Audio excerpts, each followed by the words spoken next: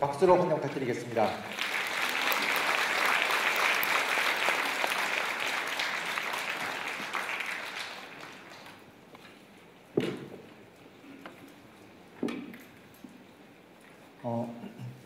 정말 많은 분들이 와주셨는데 좀 단상에 나가서 하겠습니다. 저는 소개받은 하나금융투자 기업분석실의 최상학 애널리스트이고요. 그리고 표지에 책 사진이 너무 거대하게 들어가서 죄송합니다. 제가 뭐 책 홍보하려고 한 건 아닌데 요즘 제가 시장에 하는 얘기가 저런 저 책에 이제 내용이 좀 자세하게 들려 있는데 오늘은 또 책 나온 이후에도 시장의 변화가 좀 많잖아요. 그리고 5월달 같은 경우에는 실거래가가 이제 낙폭을 줄이면서 뭐라 그럴까 정고점에 붙는 지역도 조금 나오고 있고 그래서 많은 분들이 그래 뭐 최상욱 애널리스트 작년 11월에 서울시 부동산 가격 하락한다고 전망한 거 내가 잘 알고 있는데 한 7개월 정도 지나서 그렇게 대략적으로 흘러가니까 시장을 좀 잘 보는 것 같다. 왜냐면은 2013년부터 주택가격 상승한다고 그 당시에 주택가격 상승한다고 전망하신 분 적었죠. 저는 이제 자료가 다 남기 때문에 그때 60장 넘는 풀리포트 내면서 이제 한국 부동산 시장 지금보다 좀 올라갈 것 같다. 그래서 적극적으로 구매를 하는 게 좋겠다. 약간 이런 보고서를 한 6년 넘게 내왔거든요. 그러다가 작년 9월 달에 이제 전망을 좀 바꾸면서 약세장으로 얘기를 하니까 처음에는 긴가민가 하셨었는데 실제 반년 넘게 지속이 되다 보니까 이제 어느 정도 제 전망에 사람들이 좀 더 기대치가 올라가는 것 같은 그런 걸 약간 느꼈어요. 그래서 어쨌든 오늘 차제 저희 하나금융그룹의 고객이신 분들이실 걸로 대부분 생각이 되는데 이렇게 오셔서 제가 통상 30분, 40분 정도 앞에서 하는 경우는 있는데 이렇게 많은 분들 앞에서 하는 건 저도 처음이고요. 대신에 이런 부동산 PT는 거의 수백 번 했거든요. 수백 번 했기 때문에 뭐 긴장해서 못하고 그러진 않을 거예요. 일단 진행을 하겠습니다. 제 소개는 넘어가겠고요. 여기 저 모르시는 분 손 한번 크게 들어주시면 사람이 많으니까 약간 썰렁하네요. 일단 진행하죠. 저는 간단한 소개는 저는 제주도가 고향이고 그리고 부동산 시장에 관심을 가지게 된 거는 대학생 때 군대 제대하고 나서 1년간 저희 때는 26개월을 갔는데 더 길게 가신 분이 많이 계실 거라 생각하는데 26개월이니까 애매해가지고 한 10개월이 복학전에 남잖아요. 그래서 그때 뭔가 일을 해야 되는데 당시에 그 백화점에서 신사복 판매하는 아르바이트를 좀 1년간 하다 보니까 제가 복학했을 때 친구들 사이에서는 제 성격이 굉장히 내성적이었는데 판매왕으로 불렸거든요. 최상욱 씨는 백화점에서 못 팔다 와서 판매왕이다. 그래서 이제 그 당시 3학년 때 대학원 선배가 지금도 재건축 수주전을 하죠. 올해도 재건축 수주전이 있고요. 건설사별로 수주 영업을 뛰잖아요. 소유주들한테. 그 일을 하기 위해서 이제 한 15명이 그 회사를 만들어가지고 회사명도 지금 생각하면 굉장히 그 냄새 풀풀 풍기는 화이트 코리아라는 회사를 만들어가지고 삼성물산이랑 LG건설, 당시 LG건설이죠. 지금 GS지만 이제 그렇게 계약을 해가지고 반포, 잠실, 대치권 아파트, 재건축 아파트 수주 영업을 제가 대학교 3학년 때 알바를 뛰게 되거든요. 그래서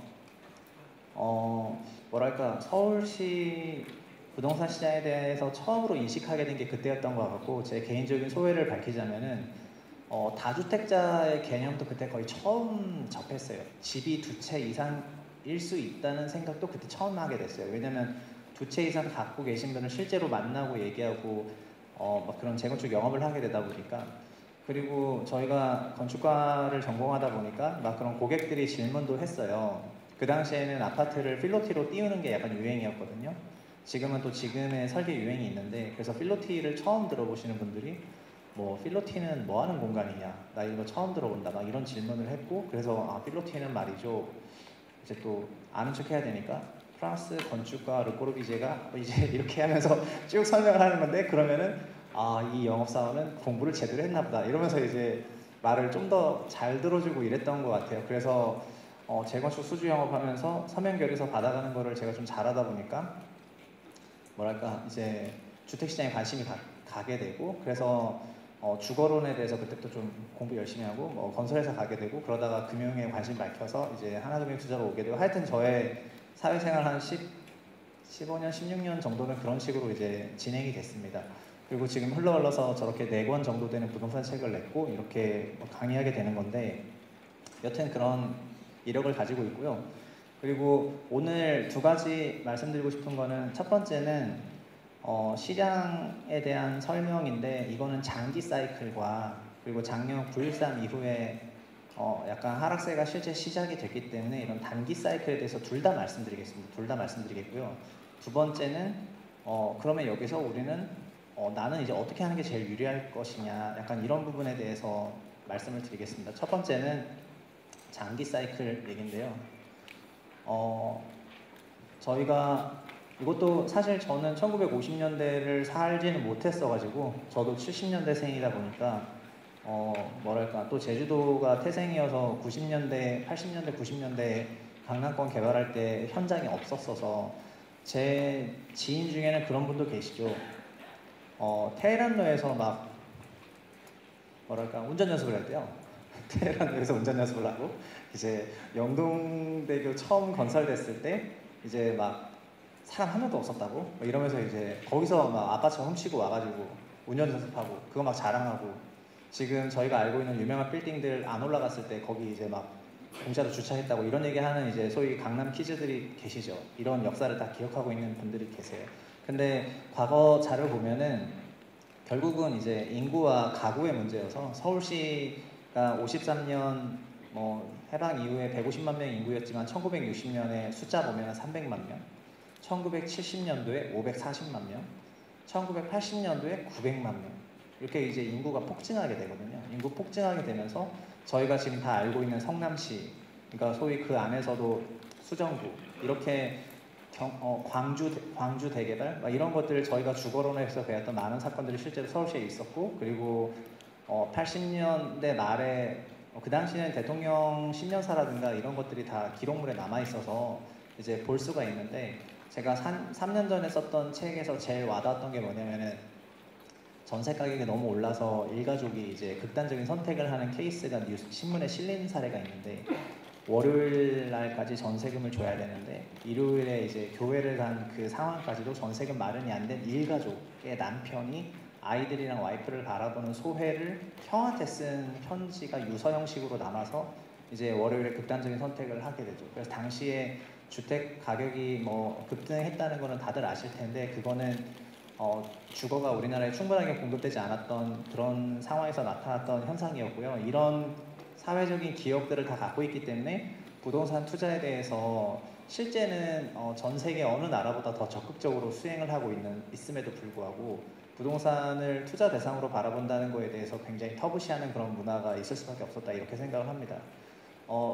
왼쪽 그림 보시면은 저희가 KB가 부동산 시세를 발표하는데 86년부터 시작을 해서 보시면 80년대 말에 상당한 상승을 보였고요. 아마 포인터 잘 안 보이실 것 같으니까 그냥 손으로 지적하겠습니다.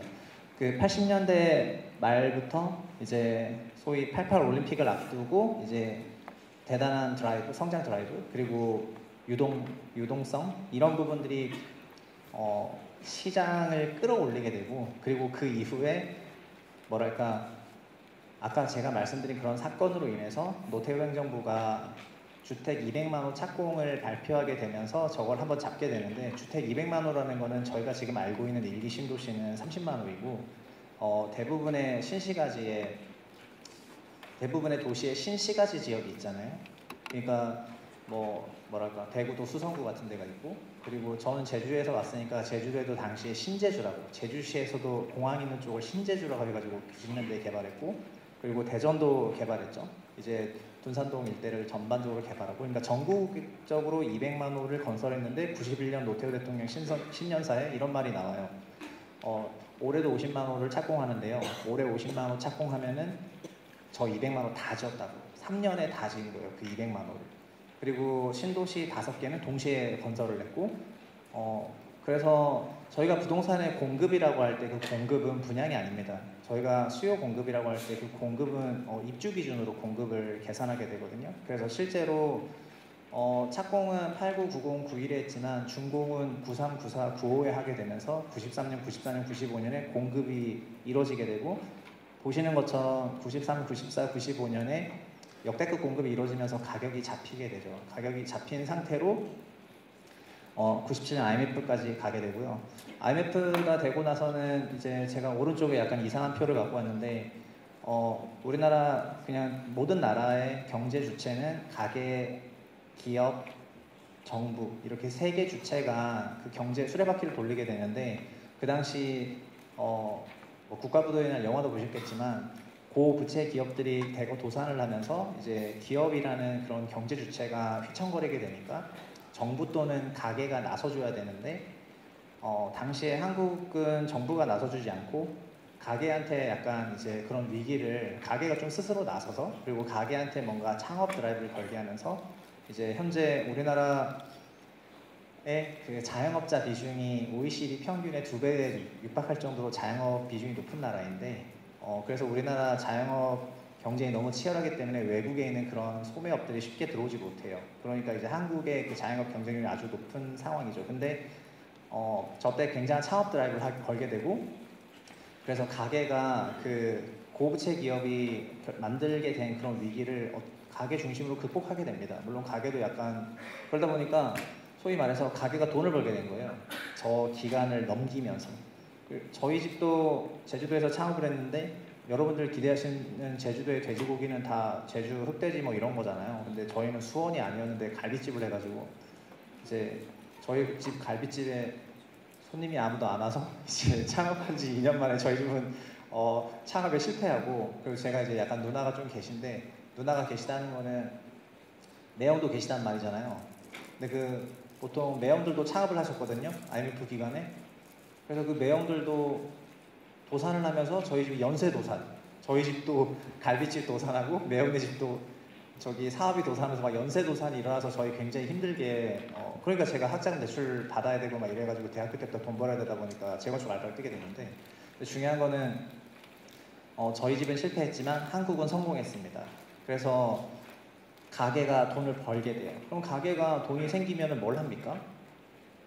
뭘 사야 되잖아요. 그래서 2000년대 초반에 그 넘치는 잉여금을 토대로 부동산을 사들이기 시작하고 그 부동산 사들이기 시작한 게 2000년 초반의 저 차트, 저 엄청난 상승세가 우리나라의 국민소득 추이를 완전 훌쩍 뛰어넘는 저런 상승세가 저 기간에 발생하게 되죠. 그래서 저는 저 당시에 재건축 영업을 했다는 게 그냥 제 인생에 있어서 정말 중요했던 이벤트 같은데 그때는 뭐 자고 일어나면 맨날 집값 올랐다는 기사가 가득했고요. 그리고 신문지 펼치면 전면 광고로 부동산 분양 광고 그리고 밥 먹을 때마다 모든 사람들이 부동산 얘기하고 2004년쯤인가 5년쯤 이 정도 되니까 막 판교 분양, 판교 로또라 그래요. 지금 역시 로또 분양이라든가 이런 말들이 많이 나오는데 그 당시에 이미 한 번 다 한 거죠. 그리고 맹모 삼천지교 얘기 나오면서 대치동 떴고 2000년에는 일산도 굉장히 핫해가지고 분당이 천당 밑에 분당이었는데 일산은 천하제일 일산이었거든요. 그래서 천하제일 일산 들어보신 분 계십니까? 지금은 이제 창릉 신도시 나와서 맨날 집회하지만 2000년 초반에는 일산 역시 엄청났고요. 그리고 일산을 기획하신 그 디자이너분, 당시 LH에 있었던 유명한 건축학과나 도시공학과 교수분들이 신도시 디자인 일주일 만에 했거든요. 일주일 만에 디자인해가지고 야 이렇게 하자 해서 딱 분당, 이렇게 하자 해서 딱 해서 일산 이런 식으로 만들었지만 굉장히 훌륭한 도시가 됐는데 그분들이 신도시 설계하고 준공됐을 때는 일산 투 강남도 30분에 차 타고 왔다 갔다 했습니다. 그때 그렇게 차가 안 많고 막히지 않을 때여가지고 지금이야 1시간 이상 걸리고 막 멀다 이렇게 생각하지만 그래서 2000년 초반은 정말 그런 분위기가 있었고 그러다 보니까 당시 참여정부에서 이거 부동산 가격이 너무 올라가서 그 노무현 대통령 10년사를 보면은 노무현 대통령이 부동산 가격이 올라서 사과하는 대목이 나와요. 그리고 그땐 저도 어른이었기 때문에 그걸 다 기억하는데 어떻게 사과하냐면은 유동성을 강조했다 이렇게 사과를 하거든요.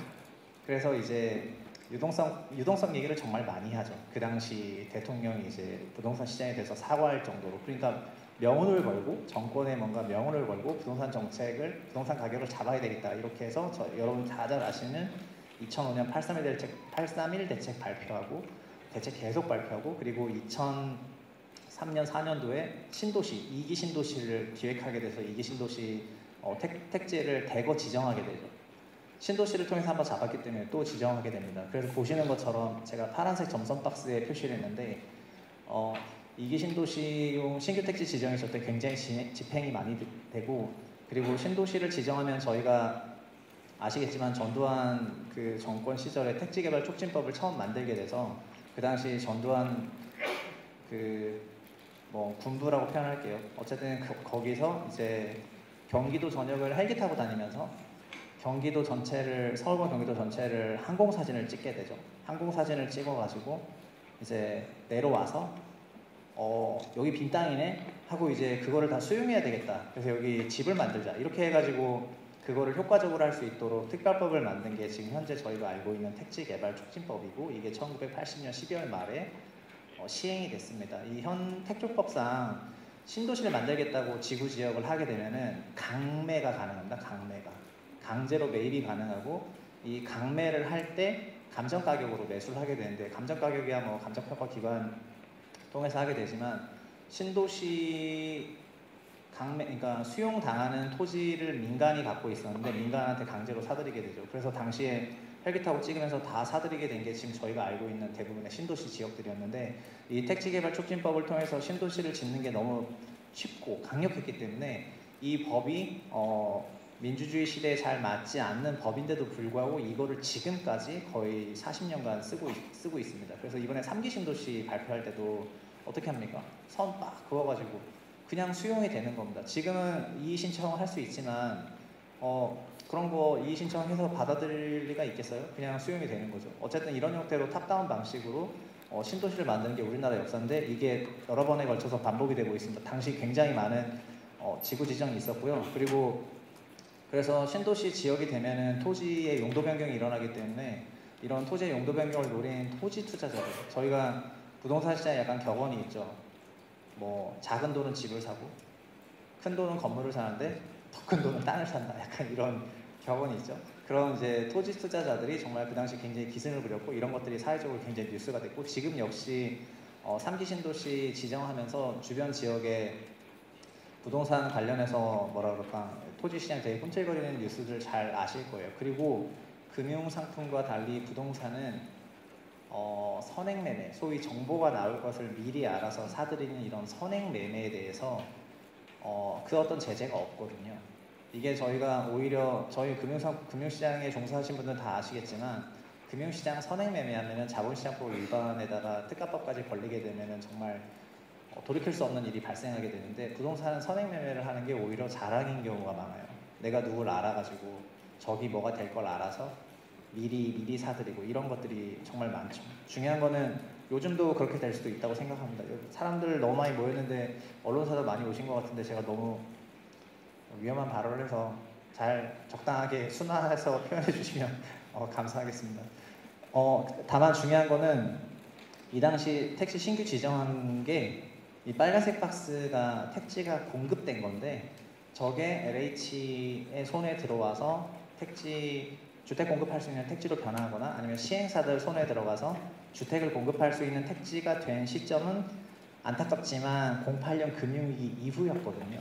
그래서 2008년 금융위기가 오면서 그냥 부동산 가격뿐만 아니라 전 세계 자산 가격이 다 이제 하락하게 되는데, 우리나라에서도 부동산 잡으려고 공급을 하기로 했던 그런 많은 땅들의 집을 이제 지어서 분양해야 되는데, 그 시점에 자산시장 충격이 오다 보니까 저 땅들을 분양하지 못하게 된 거죠. 그래서 당시 시행사들이 저런 택지를 매입할 때 건설사 지급보증을 많이 줬는데, 우리나라 대형 건설사들 여러분 아시는 대우, 현대, GS, 대림, 삼성물산 포함해서 모든 건설사들이 죄다 지급보증 섰고, 저 지급보증 쓴 규모가 기업의 총 자본 총계를 훨씬 상회해 버렸기 때문에 그냥 자칫 잘못하다가 미분양 30% 나면 회사 망하는 건 순식간에 일어나는 일이 이제 이 당시 예상이 되게 되거든요. 그래서 저 2기 신도시 공급용 토지를 사업화하지 못하고, 여러분 2기 신도시 언제 분양했습니까? 지금 검단 아직도 분양하고 있잖아요. 하남 미사, 양주 옥정 신도시나 회천지구 아직 분양 못했고, 양주 옥정 신도시 분양했고, 파주 운정 파주 교화 분양이고 운정 1, 2 분양이고 운정 3 분양 못했고 동탄 1, 2 얼마 전에 분양했죠. 그리고 검단 하고 있고 이제 그러니까 풍무는 이제 도시개발 사업이죠. 그 다음에 이런 2기 신도시 관련된 분양이 2010년대 됐다고 느끼실 텐데 당시에 원래 분양해야 될 타이밍에 2000년대 초반에 집값 올라가지고 신도시 지었는데 그 신도시 분양이 2010년대예요. 그게 이제 저 금융위기 때문에 굉장히 딜레이가 돼가지고 이제 시차가 발생했던 거고 저 당시에 저 문제를 해결하기 위해서 저런 미착공 PF가 너무 장기화되면은 뭐 우리나라 경제 안 좋을 거라고 생각하다 보니까 부양책을 어쩔 수 없이 2013년에 박근혜 행정부 들어왔을 때 부양책을 쓰게 됩니다. 당시에 건설회사랑 간담회를 하잖아요. 건설사랑 간담회를 하는데 건설사 간담회에 나왔던 얘기가 뭐였냐면은 뭐 이런저런 얘기를 하셨겠죠. 저는 그 현장에 없었기 때문에. 그러나 그러고 나서 13년 4.1 부동산 대책이라는 게 발표가 되는데 제가 여기 적었지만 신도시 지정과 공급의 시차 레깅으로 인해서 08년 위기 이후에 더 많은 택지가 시행사에 공급이 되다 보니까 가뜩이나 자산 가격이 하락하고 있는데 공급이 너무 많아질 우려로 인해서 대부분의 사업들이 사업화되지 못하고 저 장기 미착공 사업 규모가 너무 컸기 때문에 저거를 한국경제 단기 내관이라고 생각해서 어쩔 수 없이 부양책을 쓴 게 2013년이었는데요. 2013년에 여러분 다 아시는 부양책 역대급 부양책 나오죠. 신도시 더 이상 안 짓겠다. 이렇게 그냥 선언적으로 부양책 나오게 되고 보금자리 주택 더 이상 안 하겠다. 이런 식으로 하고 그리고 또 뭐가 나오냐면은 미분양 주택 매입하면은 5년 동안 양도세 감면해 줄게. 이런 대책이 나오거든요. 그래서 당시 미분양 주택 2013년에 미분양이었던 주택들이 한두 개가 아닌데 가재울 뉴타운 있잖아요. 서대문구에 가재울 뉴타운에 있는 가재울 뉴타운은 미분양률이 거의 90%였거든요. 그러니까 지금 DMC 파크뷰자이나 DMC 레미안이나 이런 주택들 죄다 미분양이었고 그리고 뭐 송도나 이런 데는 말할 것도 없고 전부 파크 프로지오 이런 곳 올 미분양. 그래서 당시 미분양이 정말 넘치던 시절이었는데 미분양 주택 매입하면 양도세 5년 동안 공짜 얘기하고 그래서 투자 수요를 조금 건들게 되고 그리고 공급을 장기적으로 안 하겠다 이런 정책들을 복합적으로 내게 되면서 부동산 시장이 온기가 돌기 시작하고 그 온기가 돌기 시작한 초입에 그냥 이거 제가 이거 좀 올라갈 것 같은데 이런 레포트를 냈으니까 뭐 운 좋게 냈다고도 할 수 있는데 어쨌든 정책 분석해서 낸 거죠. 중요한 거는 실제로 13년 4월 1일 대책 발표하고 나서 대구나 지방을 중심으로 가격 상승세가 나오기 시작하고 서울은 회복을 15년 돼서 하게 되는데 서울시 회복의 기폭제가 됐던 거는 14년 9월에 재건축 연한을 단축시켜준 제도가 이제 좀 기폭제로 작용을 하죠. 여기서부터는 여러분들도 다 기억하실 내용들인데 14년이면 불과 5년 전이잖아요. 2014년 9월에 재건축 연한이 40년에서 30년으로 단축이 되는데 저 사소한 변화가 정말 나비 효과를 일으키게 됩니다. 뭐냐면 준공 40년대야 재건축을 할 수가 있었는데 준공 30년이 되면 재건축을 할 수 있게 바뀜으로 인해서 목동신시까지 1단지부터 14단지까지 쭉 있는데 목동신시까지 다 88년에서 89년 준공된 거잖아요. 그러면 준공 40년이면 2028년인데 준공 30년이면 2018년이거든요. 그러니까 재건축이 10년 정도 단축돼서 지구지정이 시작이 될 수 있다고 생각하니까 그럼 마음만 먹으면 어쨌든 추진이 설립하고 이렇게 진행하는 그런 과정이 있어가지고 단축된다고 한 10년 단축되니까 얼마나 기쁘겠어요? 그래서 저 뉴스 나오고 나서 당시 언론사에서 뭐 저 뉴스를 대서특필하면서 목동 중개업소 보여주면서 와 호가가 1억 원이 올랐어요 막 이렇게 이제 그런 기사를 내보내고 호가 1억 원 올랐다는 기사에 인터넷 댓글은 뭐가 달리냐면은 호가가 어떻게 가격이냐, 호가는 뭐 소위 뭐 요거 가격이지 이제 그렇게 했는데 실제 저 대책이 나오고 나서 88년, 89년 준공된 목동 신시까지 강세 바로 전환했고요. 그리고 노원구, 상계중계, 하계동, 월계 전체 포함해서 바로 강세 전환하죠. 연도가 똑같았기 때문에. 그리고 광명시, 철산, 하안, 소화동 다 1990년 준공된 아파트들인데 여기 역시 바로 강세 전환하게 됩니다. 저 대책 나오고 나서. 그러면 88, 89년 아파트가 올라가는데 88년 이전에 건설된 아파트들, 소위 강남 3구에 집중된 재건축 아파트가 뭐 동생들이 먼저 재건축하는데 형이 재건축 안 합니까? 그래서 이런 아파트 역시 바로 강세, 더 재건축이 잘 되겠다. 이런 생각을 하게 되고 이게 심지어 일기 신도시까지 건들게 됩니다. 일기 신도시는 당시에 94년 준공이니까 2034년 재건축이라고 생각해서 재건축은 정말 먼 나라 얘기였는데 2024년 재건축이라고 하니까 당시 14년 9월이니까 약간 좀 현실적인 수준으로 내려왔달까? 그래서 리모델링을 추진하려고 했던 단지, 리모델링은 15년 만에 할 수 있는데 리모델링 추진하려고 하는 그런 뭐랄까 리모델링 추진이가 갑자기 벙 떠서 이제 우리도 그냥 기다렸다가 재건축해야 되나? 이렇게 해가지고 리모델링 시장이 갑자기 이제 둔화되게 되고 이제 재건축 정말 사소한 걸로 인해서 상당히 많은 부동산들이 영향을 받게 되죠. 참고로 우리나라에 1900 준공 30년 되는 아파트를 지금 한 280만 채 정도 있는데 다 영향받았다. 아파트 1000만 채 중에 30%가 영향받았으니까 엄청난 영향이었죠. 이래서 15년에 서울시가 상승하게 됩니다. 저 정책으로. 물론 이제 다른 부양책들도 계속 있었고 공급 없었고. 그래서 보시면 2015년에 상승하고 15년 5월에 분양가 자율화하고요. 분양가 자율화 하니까 그 다음부터 여러분 다 알고 계시는 주택도시보증공사가 분양가 심의하는 것도 저 때부터 시작이 되고요. 그냥 가격 아무거나 찍어버릴까봐. 그리고 나서 상승세가 완연하게 일어나고 결과적으로 어떻게 됩니까? 여러분 제가 지금까지 좀 길게 말씀드렸는데 2013년에 부양책이 결국 화려하게 꽃을 펴서 2018년 엄청난 구도심 상승장으로 연결이 되었어요. 부양책을 썼기 때문에 상승한 거는 당연한 결론이라고 해볼게요. 근데 그런 부양책과 여러 가지 공급 조건들, 우리나라 부동산 시장이 갖고 있는 태생적인 공급 부족, 그리고 가게는 이미 IMF를 극복하면서 뭐 전 세계 유례없을 만큼 구매력이 있는 가게가 탄생됐는데 구매력 있는 가게가 돈 모아가지고 집 사겠다는데 그거 어떻게 말입니까? 그리고 이런 부분 때문에 다 합쳐져서 대단한 상승세를 보였는데 이런 거에 그러니까 정책이 굉장히 중요한 역할을 차지하게 됐던 건데요. 이런 중요한 정책 했던 이유 중에 하나가 2000년대 초반에 집값 너무 올라가지고 2기 신도시 공급하려고 땅 대거 공급했던 거 이것 때문에 우리나라 단기적으로 위기 올까봐 부양책 썼던 거가 그나마 제일 설명력이 높거든요. 그리고 2000년대 초반에 집값 왜 이렇게 올랐냐? IMF 가계 중심으로 극복했지 않습니까? 그래서 가계가 우리나라 경제 지켜줬잖아요. 그리고 높은 구매력을 통해 가지고 소비 활동하면서 가계부채 많지만 가계 자산이 한국에 제일 많은 거 아시죠? 우리나라 가계 자산이 우리나라 전체 자산 1경 4,000조나 되는데 8,000조가 전부 가계 거 자본 기준으로. 가계 부채 1,540조로 굉장히 많죠. 가계 금융 자산은 3,400조에 육박하기 때문에 가계는 부채를 그냥 끌 수가 있어요. 만약에 단일 주체라고 한다면. 여기 계신 분 우리나라 법인의 총 부채가 얼마인지 아시는지 모르겠는데요. 저희가 가계는 부채 1,540조죠. GDP에 육박해서 굉장히 위험하다 이렇게 얘기하잖아요. 근데 가계는 금융자산이 3,400조 되기 때문에 수틀리면 끄면 돼요. 부채 갚고도 1,800조가 남네요. 현금으로.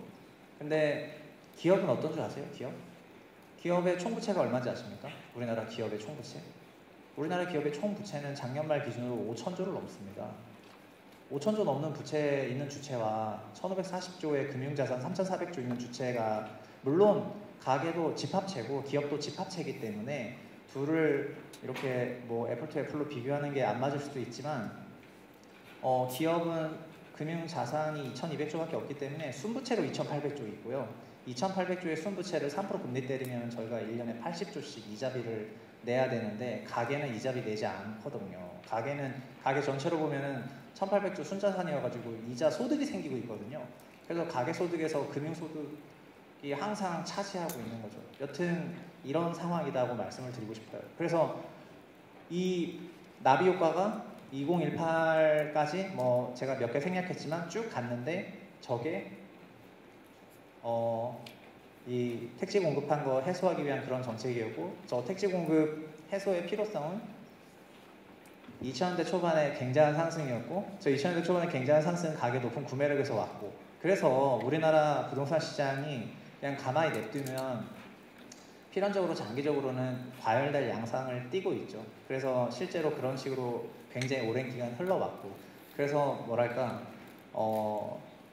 이제 개인이나 가게는 이제 약간 그런 부채를 꼭 이제 그러니까 부채 때문에 올라갔다 이런 게 아니고요. 그냥 구조적으로 이렇게 생겨먹는 걸 뭐 어떡합니까? 그래서 이거는 어느 정도 받아들여야 될 것 같아요. 이게 저희가 말하는 약간 장기적인 건데요. 다만 장기 사이클이 이렇게 있다고 한다면 단기 사이클 역시 있는데 저는 뭐 사이클이라는 게 7개월 지나니까 오르고 7개월 지나니까 빠지고 14개월 지나니까 빠지고 뭐 그런 걸 얘기하는 게 아니고요. 필연적으로 그 인간은 부채를 빌리고 부채 때문에 문제가 생기고 부채를 갚고 다시 또 부채를 빌리고 이렇게 하면서 반드시 부채 사이클을 형성하게 되는데 지금 이제 지금까지 장기 사이클을 잘 설명 들으셨다면 지금부터는 단기 시장에 대한 얘기를 하겠습니다.